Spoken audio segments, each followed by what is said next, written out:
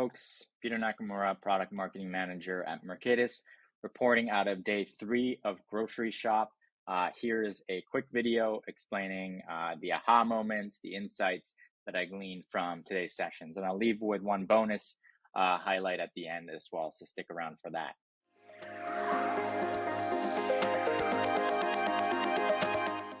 Let's get into it.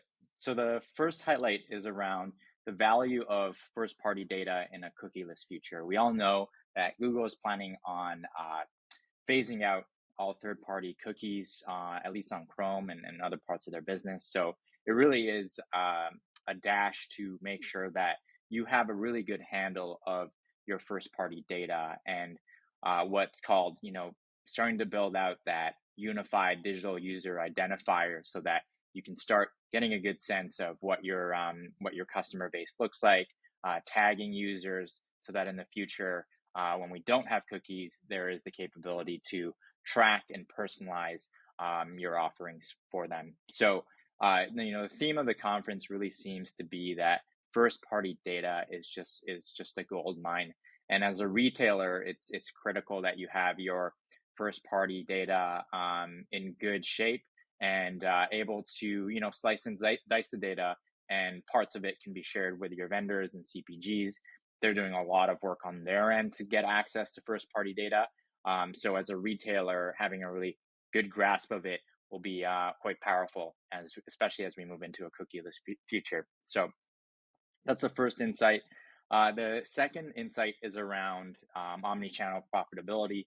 So had a chance to sit in on a conversation between Tim Lassiter, professor at the Darden School of Business, and Zach Wilson, head of eCommerce at Raley's.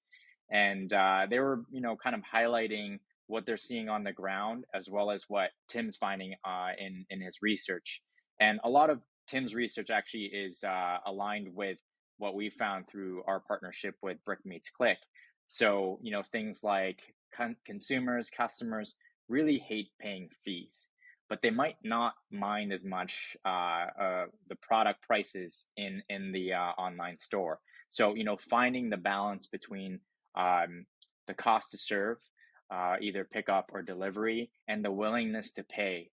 There is, the data shows that there is a clear dislike by consumers for having to pay, multiple fees to get their delivery order. So that's a really important one, is looking at your customers and figuring out what's that right balance between cost to serve and willingness to pay. And another thing Tim mentioned that was really interesting is speed is really overrated, in the sense that the idea of I just need that one last ingredient isn't as prevalent for consumers as much as I'd like to be home when the delivery comes. So instead of having that 15-minute delivery for the cinnamon for your pancake, consumers really want more options in terms of time that they can get their order delivered, when they'll be at home. That kind of timing that fits into their lifestyle is what matters more, and then it really builds on the convenience aspect of online shopping. Zach had some interesting insights, being the head of e-commerce at Raley's, around, they're really thinking about really carefully who they're partnering with and how their brand reputation gets impacted. So, leveraging relationships like, third parties like Instacart and DoorDash, which they work with, understanding, how they're leveraging data, but also really keeping a close eye on how does it impact the customer loyalty and connection it has with Raley's. So, making sure that the packaging of, certain prepared foods has that Raley's branding, so people know that, this is where it's coming from, and the loyalty lies with the retailer themselves.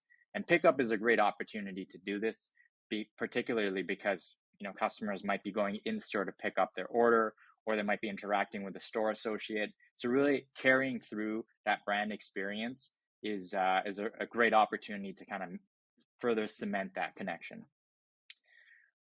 The third highlight is around the rise of the conscious consumer. And throughout this conference, what I've noticed is there are adjacent kind of fields in the grocery space that we can learn a lot from. So we can learn a lot from convenience stores like 7-Eleven around the idea of how do we make the whole experience more convenient. They've specialized in it and have been doing it for years and years.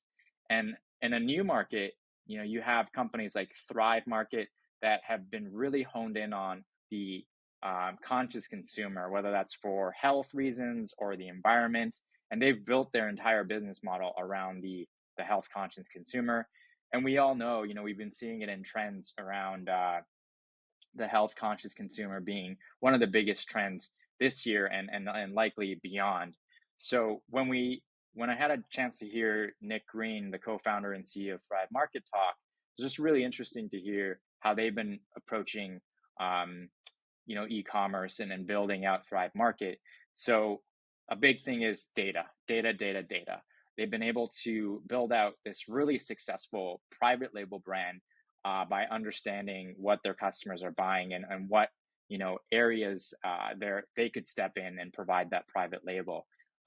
They actually, it's really interesting to hear. They have over 500 products within the Thrive Market brand, and they did over $100 million in those products, which is just a really good opportunity, for regional retailers, understanding your customers and honing in and building out private label products that fit into their health conscious lives could be a really interesting play here for retailers to pursue it or at least just explore. Um, and it's really interesting to hear from Thrive around how what they've done is instead of trying to put in place a traditional approach to grocery shopping in an online format, they've really been focused on how do we make the experience kind of online first. So it's really easy to take advantage of the things that online can do. So having filters, content to educate customers about specific diets like keto, so that you can take advantage of aspects of grocery shopping that might be harder to replicate in store. So it sounds like they've really done a good job of providing the tools and filters to make it easy for this consumer base to shop with them. And then what's also interesting is this consumer base seems to be pretty diverse. So Nick was talking about, they don't just have customers over the 100K plus household income. They have customers who are, below that level. They have customers in the Midwest and Southeast, which might not be, where we typically think of these customers coming from. And it seems like this value proposition is really resonating with their market. So, a lot of these things that I just mentioned are really specific to their business model, but there are things I think, traditional regional retailers can take and learn from, particularly around capitalizing on the health conscious consumers, creating content around it, helping them discover, new recipes, and new ideas to then further establish that brand connection with the retailer. That's another way that we can look at this. And then finally, of course, today was the day that Instacart CEO Fidji Simo talked to the audience, and I didn't really expect her to say anything groundbreaking. They're obviously in a quiet period as they go head into an IPO, possibly before the end of the year. So I was just kind of trying to figure out what she was saying between the lines, and a lot of the messaging is really what we've heard before. So they're continuing to stand by the message where they're not going to be competing with regional retailers. They want to continue to be a place for discoverability and tapping into new markets for regional retailers, and offering delivery in an efficient way. So none of the messaging really changed all that much. They highlighted their partnerships with companies like Publix, and how they're continuing to believe that, hey, we're going to continue to build our relationship with groceries retailers. So what was interesting to hear was it's pretty clear to them the 15-minute delivery quick commerce idea is probably not a scalable options. So we see this in the marketplace today with a lot of consolidation happening there. But just kind of interesting to hear Instacart talk about it.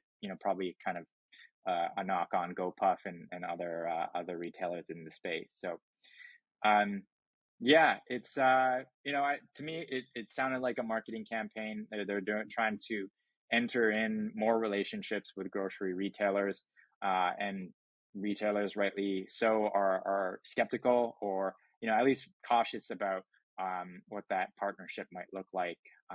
So, you know, that was my take from the Instacart session.